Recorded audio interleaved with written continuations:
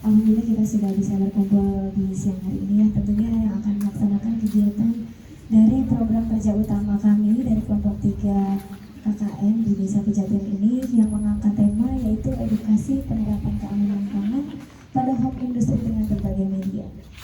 Tentunya yang akan disampaikan materi oleh Ibu Meriantri Elvan dari SGZ MSI. Silahkan dipersilakan. Terima kasih sebelumnya izin Bunda. Assalamualaikum warahmatullahi wabarakatuh. Alhamdulillah hari ini saya berada di sini di tengah-tengah Ibu Bapak pegiat UMKM OPAK ataupun yang lainnya tadi yang sudah Bunda sebutkan, ada donat, ada bolu, ada rengginang, dan itu khasnya Desa Pejaten. Itu mengapa sebenarnya saya memilih akhirnya Desa Pejaten, karena saya melihat profil yang Bunda kirimkan kepada UNIF ya. Di situ ada UMKM atau makanan khas dari Desa Pejaten. Maka dari itu saya dan teman-teman KKN ingin dan mengetahui lebih dalam sebenarnya apa saja yang tersedia di Desa Pejaten. Oke, kita mulai saja. Di sini sebenarnya saya mau bukan seminar ya Bunda. Kalau seminar tuh kayak kesannya kaku banget, seminar tuh kayak resmi banget. Jadi di sini saya lebih pengen ngobrol sama pegiat UMKM. Sebenarnya bagaimana sih mempersiapkan atau memproduksi produk kita supaya aman dan sehat yang nantinya dikonsumsi oleh para pembeli kita atau para konsumen kita. Tadi Bunda udah menyinggung sedikit soal kemasan. Nah, sebelum soal kemasan kita juga harus tahu sebenarnya produk sebelum dikonsumsi itu harus ada, atau paling tidak ibu bapak harus memperhatikan beberapa poin. Nanti kita akan bahas bersama di acara ini. Oke, terima kasih. Next, Bang. Abangnya ngomong kayaknya nih Bunda. Terkesima ya sama Bunda nih. Baik, di sini saya mau ngobrol seputar cara produksi pangan yang baik untuk industri rumah tangga atau yang biasa kita sebut atau kita singkat IRT. Tadi ada Bapak, ini IRT atau ITP gitu kan. Nah, kalau industri rumah tangganya IRT, tapi nanti ada lagi ITP, IRTP. Nanti kita akan bahas di dalamnya Pak Bu. Oke, nah ini industri rumah tangga pangan. Jadi kalau ada P-nya itu pangan, di mana pangannya itu adalah produk-produk yang dihasilkan oleh Bapak Ibu. Donatnya, terus bolunya, opaknya, rengginang, itu kan berbagai jenis pangan yang bisa dikonsumsi oleh kita semua. Nah, IRTP adalah perusahaan pangan yang memiliki tempat usaha di tempat tinggal dengan peralatan pengolahan pangan manual hingga semi otomatis yang selama ini ibu bapak jalankan kan, produksi opak, produksi bolu dan sebagainya itu di rumah kan Pak Bu ya, makanya itu disebut IRTP. Nah, sedangkan pangan produksi IRTP adalah pangan olahan hasil produksi IRTP yang diedarkan dalam kemasan eceran. Kan biasanya Bapak Ibu kemasannya eceran ya, ada yang 250 gram, yang kalau salah ada 500 gram dan berlabel. Nah, tadi juga Bunda udah nyinggung sedikit label. Kenapa label itu penting? Karena label itu sebenarnya identitas kita. Nah, identitas opak, identitas bolu, identitas donatnya. Jadi kita kalau konsumen kita atau pembeli kita tahu nih kalau ada label, oh iya opaknya ibu siapa Bunda? Biasanya Bu yang terlihat? Ya, opaknya Ibu Tini namanya biasanya disebutnya opak apa nih Bu? Opak apa Bu biasanya nyebutnya? Opak ketan. Nah, labelnya misalnya opak ketan Bu Tini, oh berarti ini produksi Ibu Tini gitu. Oh RH tuh, udah punya label RH, singkatan dari apa Bu? Oh RH ini ya. RH, opak RH, oh berarti opak begini gitu. Pentingnya label, jadi label itu identitas kita gitu. Jadi supaya si pembeli atau customer itu tahu gitu kan, oh berarti opaknya begini itu. Ada lagi donat siapanya Bu yang paling terkenal ya? Oh ya, donatnya Pak Hawol gitu kan, yang ciri khasnya ada gambar-gambar di depannya. Ulang tahun terus berarti ya? Kita. Jadi awal baik ulang tahun terus berarti. Itu harus ada labelnya. Gitu. Next. Nah, kenapa perlu keamanan pangan Pak Bu? Jadi keamanan pangan itu sebenarnya kondisi dan upaya yang diperlukan untuk mencegah pangan dari 3 cemaran. Nah, biasanya 3 cemaran yang sering terjadi pada saat proses pengolahan produk kita itu ada 3, biologi, kimia, dan benda lain yang mengganggu, merugikan, dan membahayakan kesehatan serta tidak bertentangan dengan agama, keyakinan, budaya masyarakat sehingga aman untuk dikonsumsi. Jadi kita nggak mau kan Bu, pembeli atau customer kita ketika makan opak taunya ada staples. Kan harus kayak gitu ya, ada staples. Nah justru itu kalau ada hal-hal itu akan membuat si customer atau si pembeli itu nggak mau lagi lah beli opak itu ada staples. Nah itu yang harus kita jaga sebenarnya Bu. Jadi 3 hal ini nih, biologi, kimia, dan benda asing itu harus kita jaga benar supaya produk kita bisa diterima gitu. Jadi yang beli juga nggak kapok, oh enak nih opaknya atau donatnya seperti itu. Nah, cara produksi pangan yang baik untuk industri rumah tangga. Suatu pedoman yang menjelaskan bagaimana produksi pangan agar aman, bermutu, dan layak untuk dikonsumsi. Apa sih tujuannya kita harus produk kita tuh harus aman atau terbebas dari 3 hal tersebut untuk menghasilkan pangan yang layak, bermutu, aman dikonsumsi serta sesuai dengan tuntutan konsumen, baik konsumen domestik maupun internasional. Jadi kan kita harapannya produk kita go internasional ya Bu ya. Tadi udah bilang pengennya opak atau produk UMKM yang ada di Desa Pejaten itu keluar dari Karawang gitu kan, bisa ke Jakarta atau ke Bandung atau ke manapun. Itu dia jadi kita harus yakin dulu bahwa produk kita aman. Jadi keamanan pangan itu terjadi daripada saat pendistribusian bahan bakunya itu bisa terjadi dari pas bahan bakunya, pengolahannya atau pada saat pengemasan itu biasanya hal-hal yang sering terjadi atau terkontaminasi oleh 3 hal yang tadi di depan.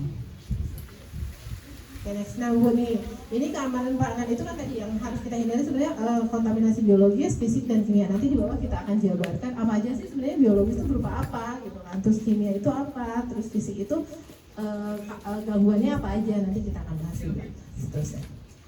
Nah ini Bu, sumber-sumber kontaminasi yang sering terjadi pada produk kita pada saat pengolahan atau apapun. Pertama dari bahan baku. Kenapa dari bahan baku? Kalau kita tidak menggunakan bahan baku yang benar atau yang sehat, itu akan mempengaruhi citra rasa. Coba nih, opak kita kan tepung ya Bu ya? Tepung? Bukan, ketan. Ketan lagi ketan. Ya. Terus santan ya? Ya. Nah, kalau misalnya dari bahan 2 tersebut tidak aman atau tidak layak, itu akan mempengaruhi nanti hasil produknya. Contoh, kita pakai kelapa nih, kelapanya tuh udah asam, pasti nanti efeknya atau rasanya akan berubah, benar nggak Bu? Nah, itu dia, kontaminasi itu sering terjadi pada bahan baku. Jadi kita pastikan dulu nih, bahan bakunya aman tidak, atau masih bisa digunakan atau tidak.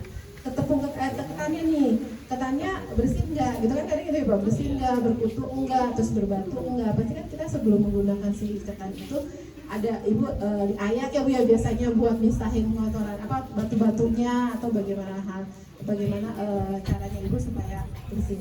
Itu bisa terjadi pada saat bahan baku. Setelah bahan baku pada saat air. Kenapa air? Jadi penggunaan air yang tidak bersih boleh mau air sumur nggak apa-apa, asal bersih, asal kita yakin air yang kita gunakan itu bersih. Ya, paling tidak pada saat kita gunakan tuh nggak butek, terus nggak bau, terus nggak ada campuran pasirnya. Mbak di sini tanahnya air sumurnya tuh kadang suka ada pasir-pasirnya, diendapkan dulu Bu, atau pada saat kerannya itu pakai penyaring dulu, itu boleh. Tapi yang penting kita yakin air atau bahan baku yang kita gunakan itu bisa dipergunakan untuk hal selanjutnya.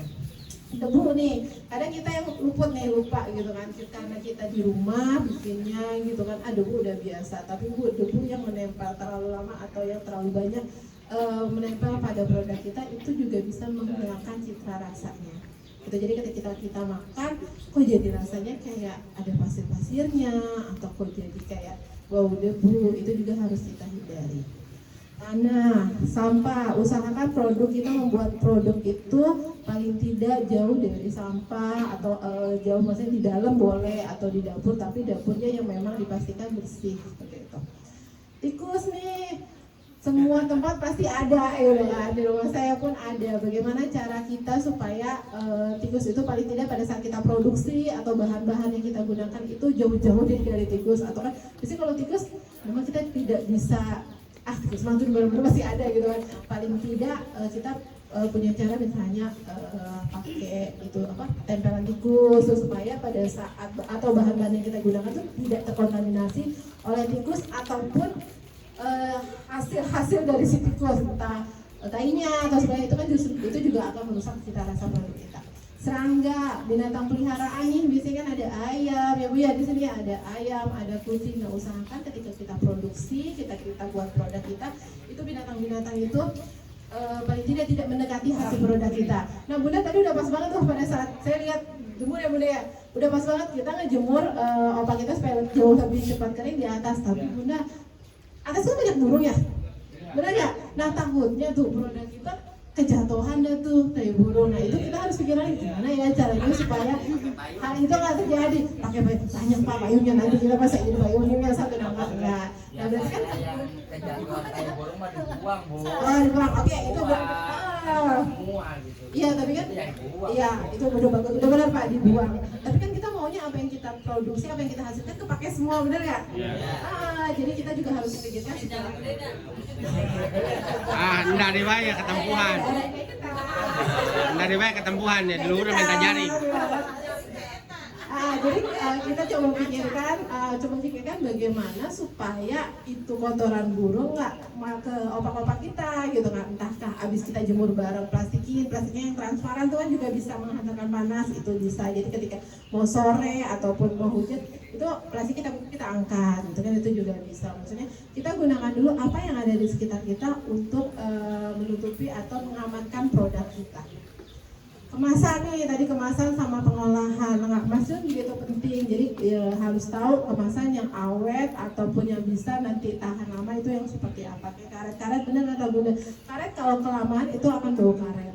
Plastik pun kalau kelamaan kita kita gunakan itu juga bau plastik. Nah, kalau rengginan nih Bunda, saya punya pengalaman. Jadi mahasiswa gizi juga punya usaha rengginan Bogor, tapi rengginan Bogor. Dia juga awalnya produknya tuh cuma yang mentah terus yang bulat-bulat gitu kan.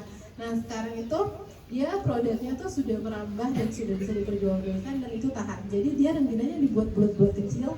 Jadi dia bisa sekali makan, langsung makan. Jadi kan kalau macam anak-anak tuh maunya yang nggak usah ngegoreng, bener nggak boleh? Kayak ciki. Jadi si rengginang itu diproduksi terus dijual langsung makan. Nah dia pakai packagingnya tuh yang dalamnya aluminium. Jadi kalau kayak susu. Nah jadi dalamnya itu ada kemasan aluminium seperti itu tahan lama. Saya udah test drive gitu kan. Jadi saya beli dari mahasiswa saya yang matang, yang sekali lep, itu tahan bisa sampai 2 bulan. Nah gitu terus dikecil-kecilin gitu, jadi bulat-bulat sekali lep. Nah itu juga mungkin ini juga bisa digedein. Jadi kalau misalnya mau Udah pintar dari dulu. Cuma yang bikinnya kita malas. Rata-rata nih Bu, customer kita tuh customer yang pengen simple. Bener gak Bu? Apalagi kaulah muda macam Gampang Bu, opak mah Bu biar cepat kecil mah nanti udah dibungkus geprek aja. Itu kan gak bisa dimakan, namanya hancur namanya Pak. Kan tinggal pakai sendok ya. Bakarnya malas. Saya seperti itu, mungkin nanti kita akan bertahap bagaimana caranya supaya opak atau rengginang bisa keluar dari Karawang atau paling nggak semua masyarakat pakai teknologi eta panggang putar. Opak dan rengginangnya. Jenaletik di guntingan. Oke, next. Nah nih Bu, 5 kunci untuk keamanan pangan. Jadi kalau misalnya Ibu sudah melakukan 5 hal ini, insya Allah apa yang Ibu buat itu aman. Yang pertama, sebelum membuat, usahakan cuci tangan bersih dulu Bu, gitu kan. Usahakan apa yang kita lakukan pakai tangan kita atau peralatan yang kita lakukan itu bersih. Yang kedua, pisahkan pangan mentah dari pangan matang. Maksudnya di sini misalnya produksinya ini kan ada doina, ada opak, itu pisahkan antara yang basah sama yang kering gitu kan supaya tidak tercampur dulu gitu kan. Terus peralatannya juga usahakan kalau bisa, atau kalau nggak bisa tinggal misalnya itu habis pakai yang basah keringin dulu baru pakai yang kering atau kayak gitu. Tapi lebih baiknya misalnya pisau nih, kalau pisau yang buat motong beda sama yang buat ini beda, jadi bedakan kalau bisa. Yang ketiga, masak makanan hingga matang. Pastikan produk yang kita buat itu matang sesuai dengan seharusnya. Kayak opak nih biar crunchy gitu kan, biar cepat lempem, itu pastikan supaya kuman-kuman yang ada di dalamnya ketika hasil produksi itu bisa mati dengan panas. Kuman itu atau bakteri itu akan mati ketika kena panas. Yang keempat, simpanlah pangan pada suhu yang aman. Misalnya opak, suhu amannya itu suhu ruang gitu, atau supaya tidak cepat lempem, bisa pakai toples atau tempat yang ada udara. Yang kelima, gunakan air dan bahan baku yang aman. Seperti yang tadi saya bilang di depan, gunakan atau pastikan bahan-bahan baku yang kita gunakan itu aman. Jadi bersih atau misalnya layak untuk digunakan. Seperti inilah 5 kunci untuk keamanan pangan. Next. Nah, tadi kan saya bilang 3 hal yang dapat merusak pangan kita atau merusak produk kita. Bahaya fisik, Bu. Apa sih bahaya fisik itu? Jadi bahaya fisik itu ada staples, terus ada rambut nih. Jadi kalau misalnya buat bapak ibu yang pada saat produksi usahakan yang rambutnya panjang ikat, atau kalau udah pakai kerudung aman. Ya, jadi kan rambut itu kemungkinan jatuh jauh. Nah, kalau untuk bapak-bapak masa iya pakai kerudung kan enggak. Jadi paling juga yang buat bapak-bapak. Kuncir bapak-bapak nu Kalau rambutnya panjang kuncir boleh, atau paling enggak pastikan rambut bapak tidak akan menjatuhi produk yang kita buat gitu. Terus kuku nih. Kuku kadang kita lupa, apa hubungannya kuku sama produk gitu kan. Nah, kebersihan kuku itu juga merupakan salah satu atau kuku yang kotor itu merupakan salah satu bahaya fisik. Kenapa gitu kan? Karena kuku yang panjang itu panjang, apalagi kita misalnya bekas beberes atau apa gitu kan, suka kuman-kuman atau debu-debu itu masuk. Jadi sebaiknya yang tadi 5 itu cuci tangan dulu nih sebelum kita bikin produk kita. Serpihan kaca atau plastik, batu-batu yang suka ada di beras ketannya atau itu usahakan sudah kita tapi yang mau basah sini benar Su? Ya kita tapi dulu supaya itu hilang. Terus hindari dari serangga atau lalat, potongan kawat yang tanpa kita sadari atau kita sering kelewat gitu kan, kadang kawat jatuh entah dari mana atau apa, itu juga merupakan salah satu contoh bahaya fisik. Sama inilah beberapa sumber bahaya fisik yang sebaiknya kita perhatikan kita membuat suatu produk ataupun sebelum kita mengemas produk kita, usahakan dan pastikan itu sudah aman terhindar dari bahaya fisik ini. Ya, next. Oke, bagaimana sih cara menghindari bahaya fisik? Bahaya yang akan diolah hendaknya disortir, tadi saya bilang kan biasanya ditapi atau dibersihin atau dipastikan bersih. Bahan pangan diwadahi atau dikemas dengan baik agar aman dalam proses transportasi dan distribusi. Maksudnya transportasi dan distribusi ini dari rumah diperjualbelikan atau dijual ke tempat penjualan yang biasanya itu pastikan bersih.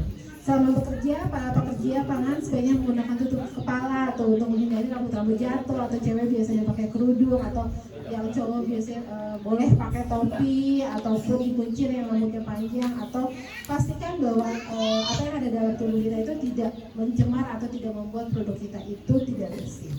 Untuk para pelaku industri pangan sebaiknya hindari pemakaian perhiasan atau pernik dari logam. Nih ibu-ibu biasanya yang suka pakai perhiasan, kalau lagi buat produk sebaiknya nggak usah pakai apa-apa Bu, takutnya ketinggalan di adonan, terus takutnya jatuh di adonan. Jadi kalau mau produksi udah tuh copot aja dulu semua, itu jauh lebih aman. Biasakan menyimpan bahan pangan dalam wadah tertutup atau terlindungi. Nah, toples ini udah bagus banget gitu kan, udah benar naruhnya untuk kedap udara ataupun supaya nggak gampang melompat.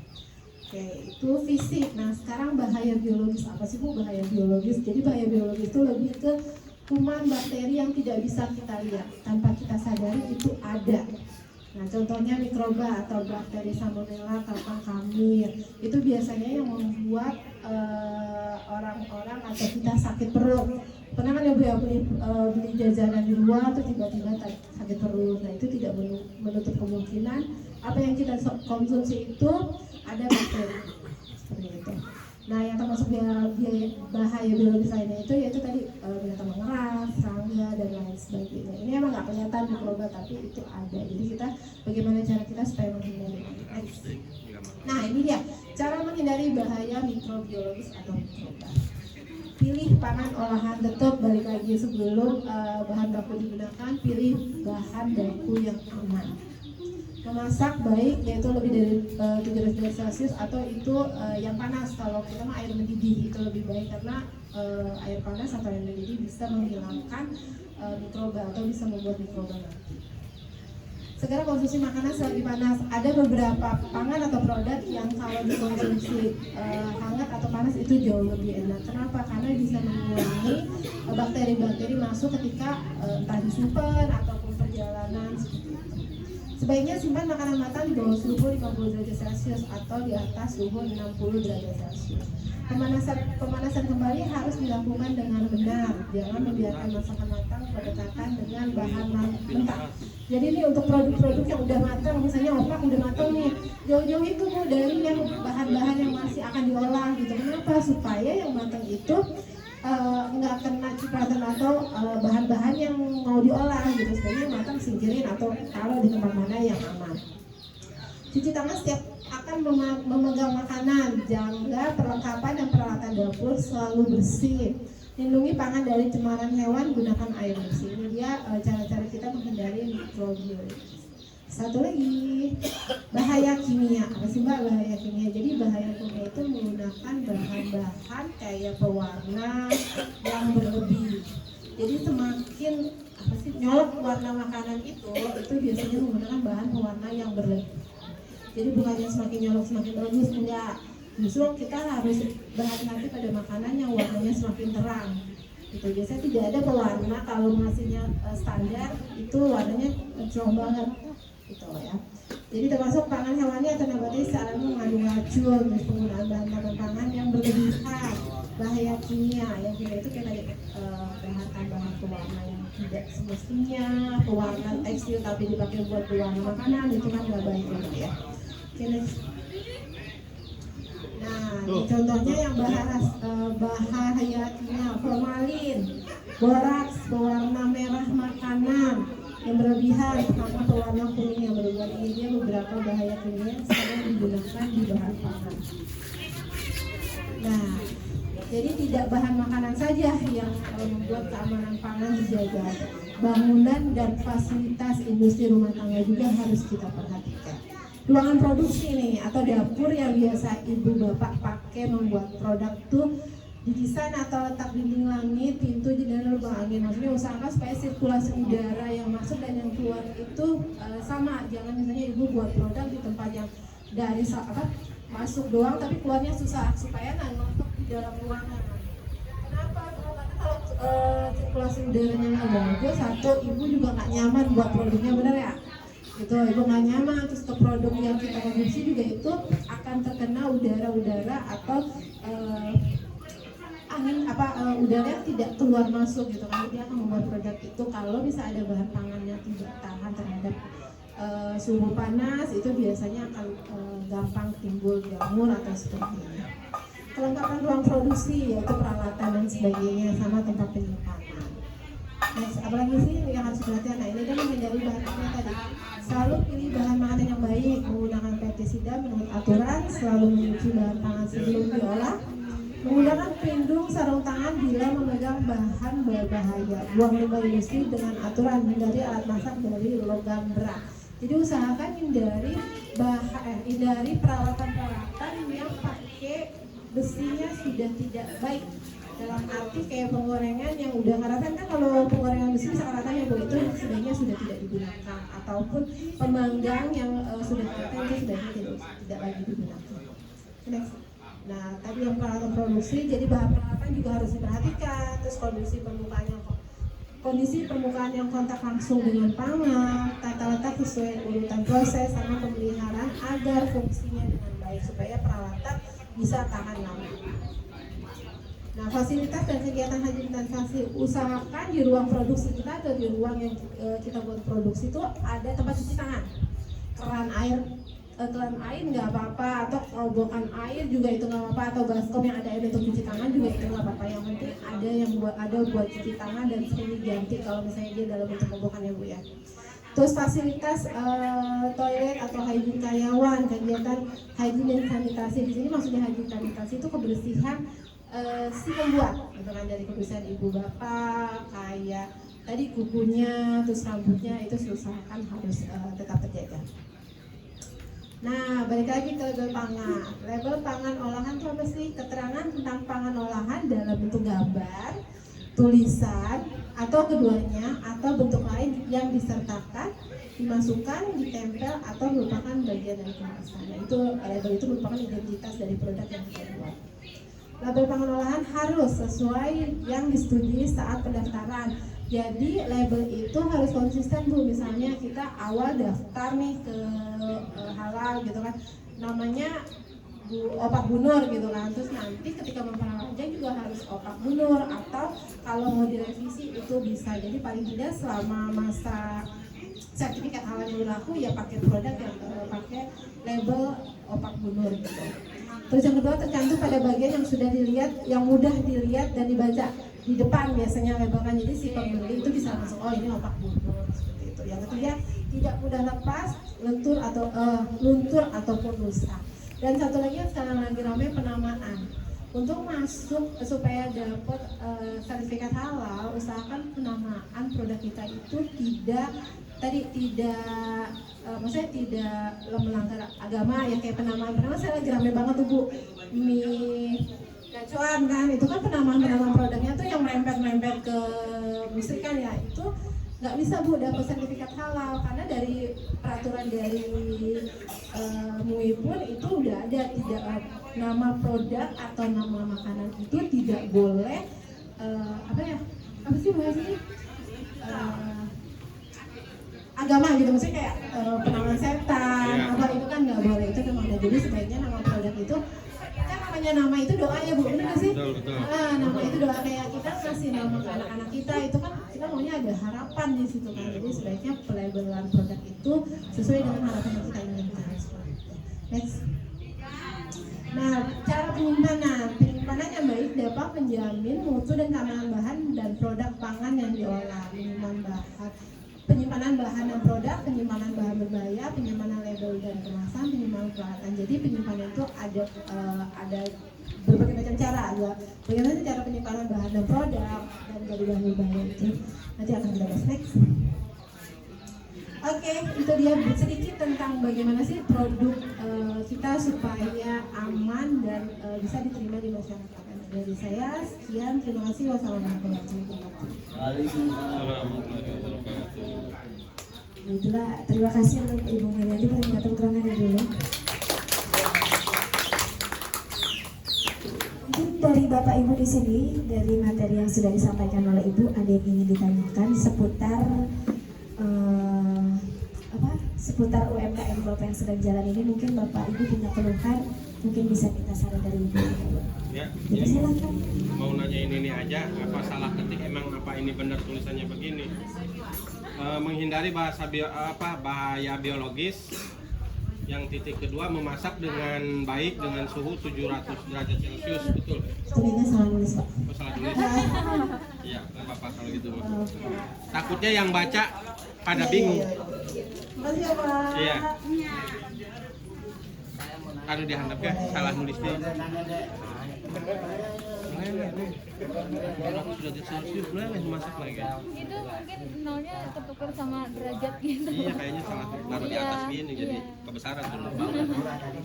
Derajatnya salah. Salah tuh.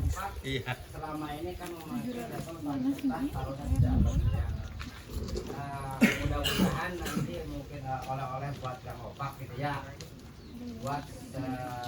buatkan mesin sablon buat plastik di luar, jadi namanya di luar plastik, kayak stiker gitu ya.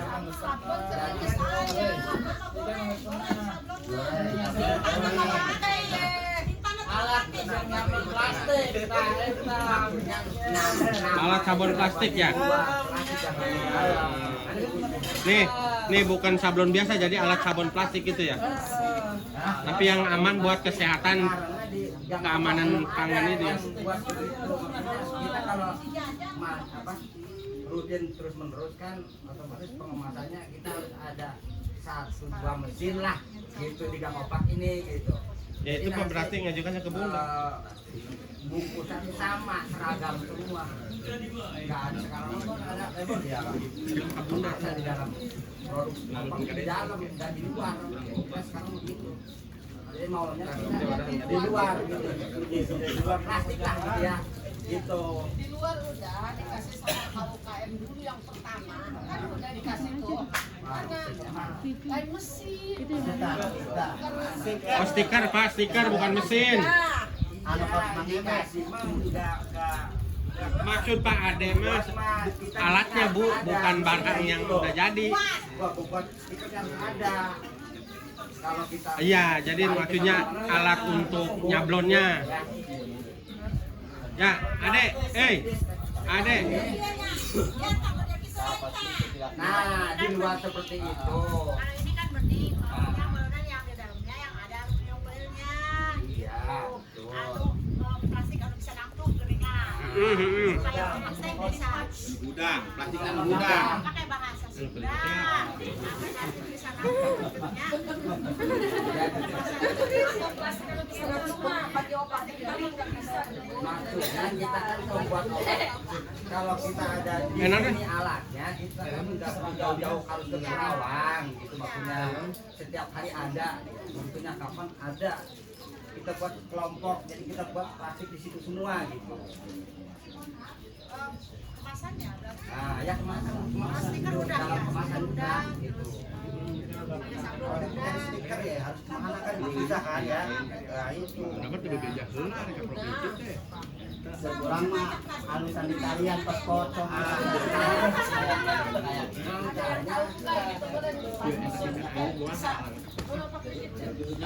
Buat ada yang anak teknik bisa bantu. Sini Bang.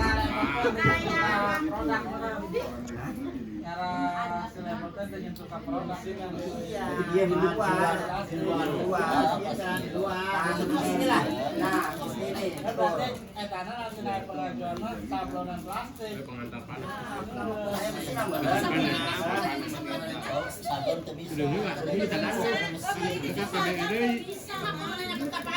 Ah, pakai mesin. Saya ada pakai mesin.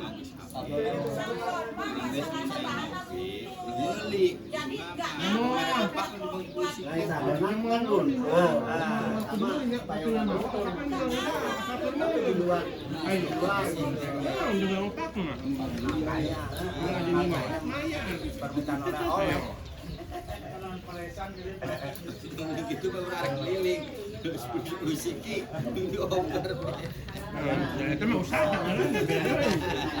Enggak kan sebenarnya. Oh, ngajok. ayo mikir Saya belum jawab, Bu. Jawab dulu.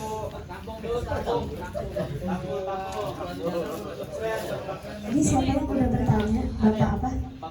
Bapak Ade. saya mau mewakilin ini ya. Ya. Udah ini katanya halalnya pada masih. Gimana cara memperpanjangnya gitu bisa enggak, Bun?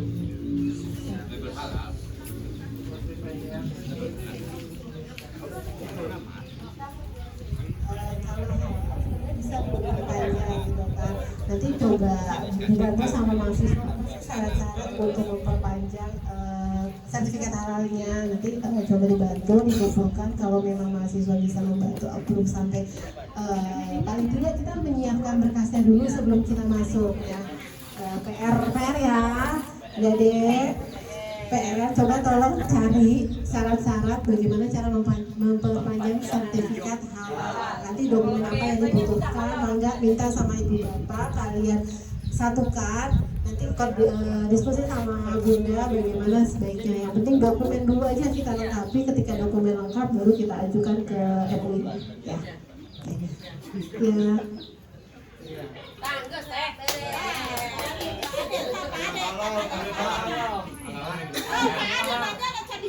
Dan dijawab.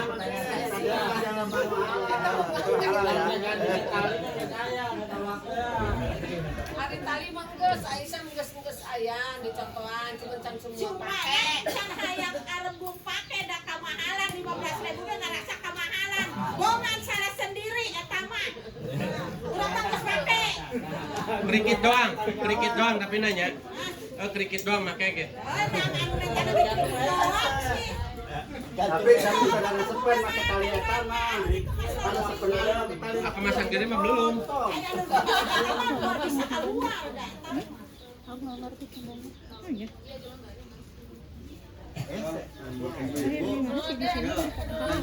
Sekarang pangan atau lo makan alat yang punya. Ada di materinya.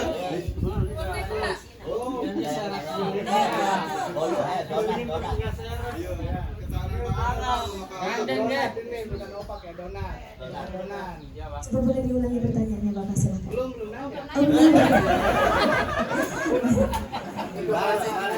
baru mulai nanya. Supaya roti tetap awet gitu, apa boleh pakai bahan pengawet yang aman, apa namanya, supaya berapa, kira-kira awet seumur hidup gimana? Udah dijual. Mana aja lo mah. Sekarang cuma dimasak Donat, Rendah ya. seumur hidup udah dijual. Ada paling lagi ada nggak donat yang sampai gitu seminggu. emang nggak ada donat emang. Nggak ada, emang udah tau begitu umurnya. Itulah makanan yang paling pendek umurnya. Donat bisa tahan lama gitu. Sepengetahuan saya mah nggak ada, maksudnya kalau donat itu emang maksimal daya tahannya tuh cuma 1 sampai 3 hari Pak. Terus tadi kan pertanyaannya boleh nggak pakai pengawet? Masih boleh, tapi ada batasannya.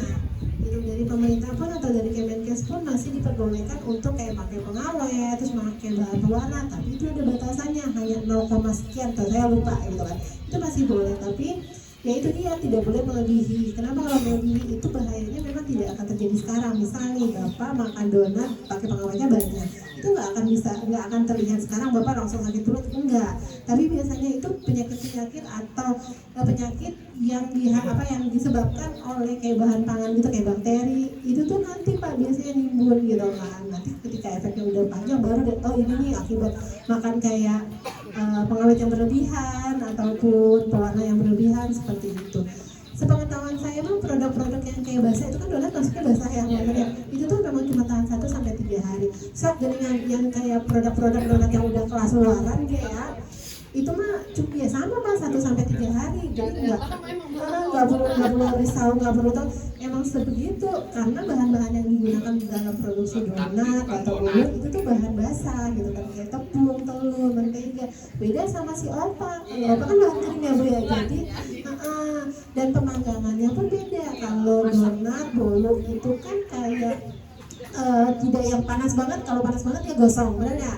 Itu donat pun kalau minyaknya panas banget dia bakal gosong. Nah kalau opak justru sebaliknya, justru membutuhkan panas yang banget itu akan semakin baik gitu Pak. Jadi nggak usah khawatir dong, donat saya cuma 3 hari Pak, donat yang mahal sekalipun emang cuma 3 hari. Enggak, jangan pun donat bolu cake yang sudah punya merek gede itu sama Pak, kalau ditaruh di seluruh dikatakan bayang di meja itu cuma 1 sampai 3 hari. Tapi kalau dimasukin ke ke lemari pendingin atau kulkas cooler itu bisa dah sampai seminggu, tapi akan keras. Nah kalau gimana Bu, udah dimasukin seminggu masih bisa dikonsumsi, bisa keluarin dulu supaya si donat ataupun si bolu itu kembali ke teksturnya gitu ya. Jadi film beda itu pun nggak bisa sampai lebih dari seminggu biasanya gitu Pak. Nggak usah khawatir Pak, donatnya bukan 3 hari, yang mahal aja cuma 3 hari gitu ya. Paling kita pola pikir supaya gimana caranya ya Bu ya. Gimana supaya si donat itu banyak diminati gitu kan, dan rasanya nggak kalah sama donat-donat mahal gitu kan. Biasanya nih kalau saya sebagai customer nih Pak, saya sebagai pembeli kalau lihat cake gitu kan, mungkin ngomongin beboluan lah cake atau donat, itu saya lebih suka yang empuk gitu kan, empuk sama manisnya nggak terlalu biasanya manisnya nggak giung gitu kan. Nah itu biasanya banyak dimiliki oleh pembeli gitu. Kenapa? Karena sekarang orang-orang tuh lebih aware atau lebih peduli sama kesehatan. Kalau manis mereka takut diabetes gitu kan, ataupun kalau gurih nih, untuk produk-produk yang gurih mereka takut hipertensinya. Jadi usahakan produk-produk yang kita miliki itu sesuai dengan minat pasar gitu. Nah itu, dan satu lagi Bu, pengetahuan saya kalau usaha itu jangan takut buat rugi, benar nggak sih Bu? Ya, nah itu yang belum saya punya, jujur nih. Itu yang belum saya punya. Jadi ibu-ibu sama bapak-bapak punya UMKM, punya usaha, itu udah saya acungin jempol. Saya sendiri aja nggak berani, belum berani untuk buka usaha sendiri. Jadi saya kadang suka salut sama bapak-bapak sama ibu-ibu yang secara ini punya tekad, semangat, sama berani. Itu saya nggak punya. Jadi saya cuma punya ilmu, saya cuma punya, saya tahu tapi saya takut untuk maju nih, untuk punya produk atau punya usaha, itu saya belum punya. Jadi saya suka saya salut sama ibu-ibu sama bapak-bapak yang udah berani usaha, berani menghilangkan keraguan itu saya mah salut dah. Gitu Pak. Oke Pak, semangat. Iya. Terima kasih. Mungkin Bapak Ibu ada yang ingin ditanyakan lagi? Ibu-ibu ada yang nanya deh. Silakan. Kenalin dulu boleh Bapak dari siapa? Mana Ibu Tene? Nanya Tene. Ah. Dan kalau dia Bapak silakan. Bagaimana caranya dapat duit banyak gitu. Untuk menghindari bahaya biologis, tadi ada yang bahaya mikroba seperti bakteri gitu atau kuman. Ini ada bakteri yang namanya kamir, kalau nggak salah kamir itu jenis jamur ya. Nah, menghindarinya gimana? Soalnya apa kita ada kamir. Keseringannya tukang opak ketemu kamir itu Jadi kamir itu sebenarnya ada dua, kamir yang berbahaya sama kamir yang justru diperlukan. Kan kalau kamir yang diperlukan kayak tempe itu kan itu juga jamurnya justru bagus buat dalam kan. Gimana cara menghindari kamir itu Pak? Usahakan bahan baku yang kita pakai itu benar-benar baik, dari segi air, dari segi bahan bakunya, memang kalau bahan itu kering harus benar-benar kering, terus terhindar misalnya nggak ada campuran batu-batu atau lain. Nah biasanya kamir itu kan akan tumbuh pada bahan-bahan basah biasanya seperti itu. Gimana cara menghindari? Kalau itu biasanya taruh di tempat yang memang semestinya. Contoh kayak opak harusnya kering kan, harusnya taruh di tempat yang kering. Terus bolu-bolu ataupun donat-donat tidak seperti itu. Jadi paling seperti itu Pak. Opak kan kamir itu pada adonan. Adonan itu kalau kematangan atau kelembekan dia muncul. Itu jadi proses pengolahan. Biasanya kalau Matematikanya itu dipakai. proses sih Pak. Biasanya jadi kalau waktu pada saat baru pertama kali membuat itu belum bisa memprediksi. Nah biasanya udah 2, 3, 4 kali itu biasanya tahu tuh di mana waktu untuk proses pembakarannya yang baik dan benar. Jadi misalkan Bapak harus tahu dulu nih waktu kalau waktunya ada timer itu jauh lebih baik, atau pemadamannya itu ada waktunya itu jauh lebih baik. Tapi kalau nggak ada, biasanya kalau penggiat UMKM itu udah main feeling gitu nggak sih Bu?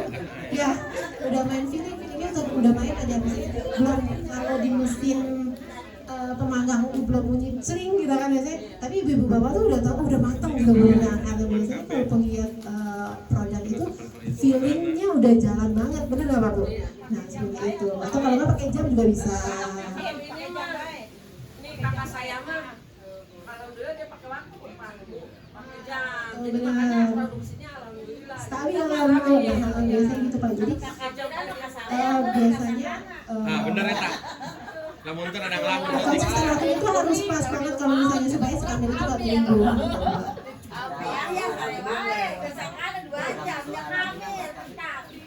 Suara kamera itu biasanya udara sama proses pemanasan biasanya. Bagian proses pengolahan itu musuhnya banget kan. Kalau nggak sesuai si kamera akan gampang tumbuh. Iya. Itu mah bukan kelalaian, Bu. Kelalaian doang.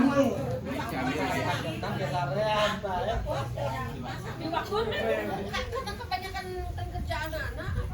Ini waktuan. Capek teh yang tinggalkan heula. Ada lagi Pak Bu? Masih cukup waktunya? Udah?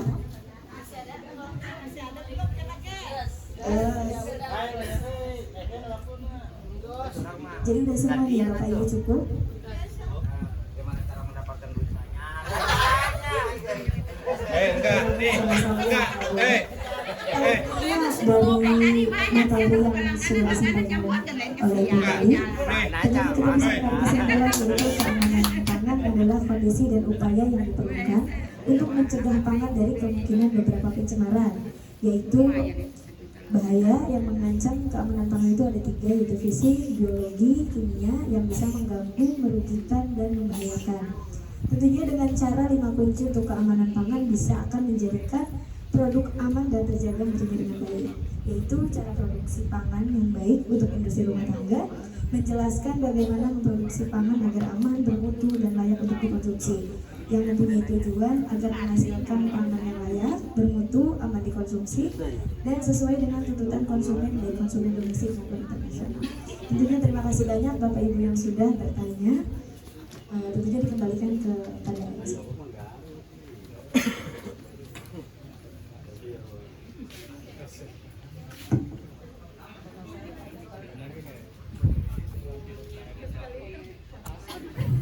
Bapak, Ibu, tadi yang udah bertanya boleh maju.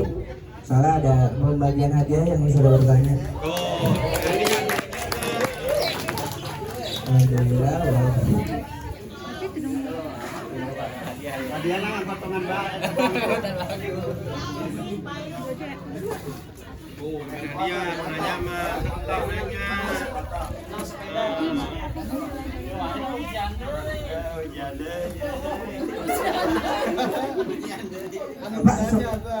Nanya tadi temu opak ya.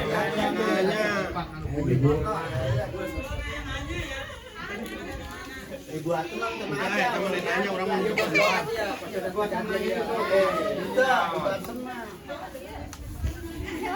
Lama tadi naik makanya, anu lebar nanya.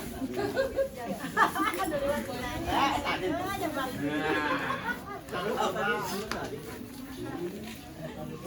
Bapak.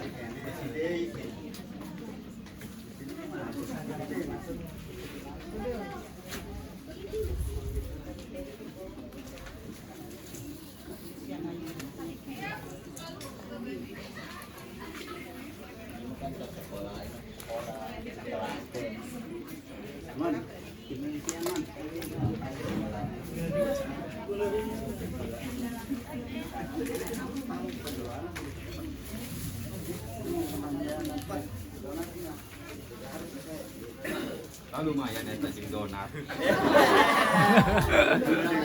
Umum.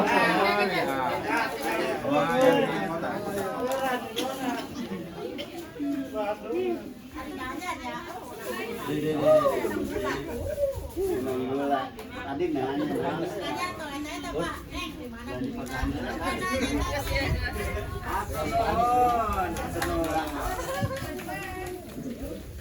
Udah kita nanya liwat.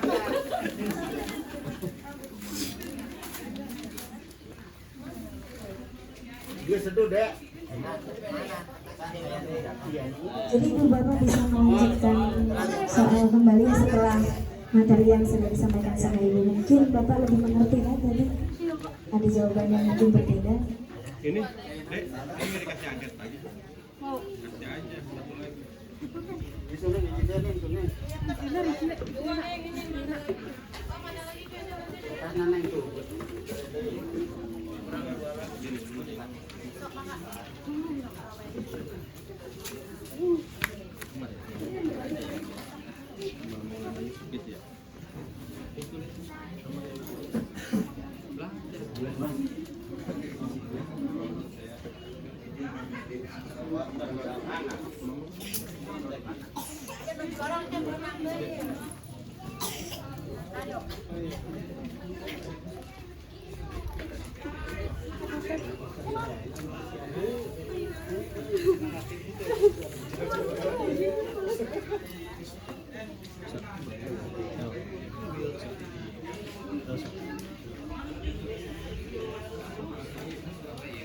Belajar ya ibu-ibu yang rajin.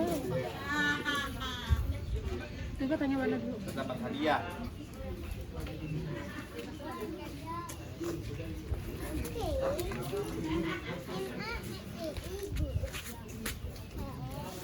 Jajan naik